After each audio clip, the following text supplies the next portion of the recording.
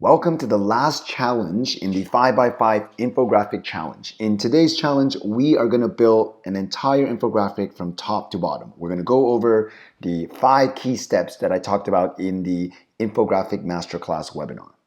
Right, so step number 1 is to pick a topic, and our topic is when's the best time to visit Hawaii? Step number 2 was we need a question pyramid. So we need to figure out a few questions about our topic. So the first question is the topic itself. When's the best time to visit Hawaii? And then some follow-up questions would be what's the weather like during that best time? How are the prices compared to the other months during the best times? And what are other travelers' thoughts about this? What's the social proof? Okay, so then we need to get our data. So we're going to assume we've collected all this data. So for each questions, we have some data. We have some temperature data, for example, by month for the weather question, with some pricing data by month about the pricing, and then we have some customer satisfaction data. The next step is to choose your goal and your charts using ICCORE. So if you remember, ICCORE is a goal-oriented approach. So we need to pick a goal for each question. The first question is inform, and we're going to use a large text for that. The second question for the weather, we want to show changes over time for the weather. We're going to use a line graph for that. The third question, we're going to show a comparison and order of the prices, and we're going to use a bar chart for that. And for the last question, we're going to show a comparison of travelers' ratings, and we're going to use a pictogram for that. Next step is to find a layout and build the infographic. We're going to go to the layout section or category, and we're going to use one simple layout that has 3 charts in it, which is this one called the blueprint 2-column chart. So for the first question, it was when's the best time to visit Hawaii? And the answer actually is off season on April. So we're just going to type that in as the title because we're just going to inform. There's no need for a chart. April is the best time. The second question, which is how's the weather like? So we're going to say temperatures are warm and there's less rain in April. And we're going to have a chart. So we're going to delete this map. And we're actually going to drag in a line chart. So if you remember, that's what we wanted, was to show changes over time. So we're going to show rainfall by month. So we're going to go get our data from our spreadsheet and paste that data in here.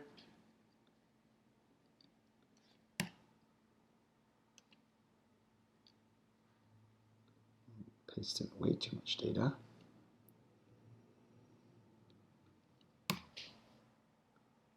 Okay, there you go. We're going to highlight the month, the best month to visit, and we're going to highlight it so that people so that they know where we're talking about. So we're going to use a circle.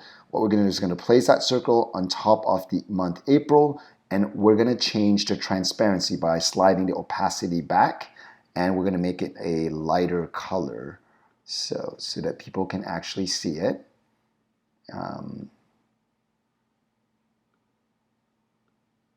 There you go. Right, for the next section, we're going to show an order of prices by month. So what is which months have the lowest air ticket or airfare prices? We're going to use a bar chart, so we're going to change this from a column to a bar chart, and we're going to go get the data from our spreadsheet. So you can get the link to the spreadsheet in the email or in the description section. So we're just going to do that. And the only other thing is that we're going to change the color of April. So that's the one we're going to highlight. So if you remember, one of the tricks that we learned was to use color to highlight the certain pieces of data that you want. So we're going to delete the text that we don't need. We're going to just shift things around a little bit.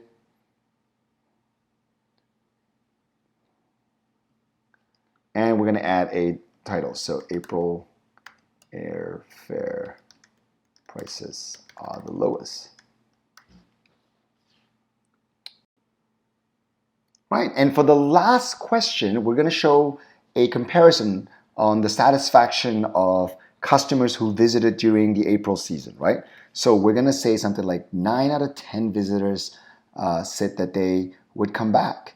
Those who visited during the off season said they would come back. So we're going to use a pictogram. This is the one here, and I'm going to show you how to use a pictogram. So pictogram, so you click on it, has rows and columns. So all we need is essentially 10. So I'm going to say I'm going to say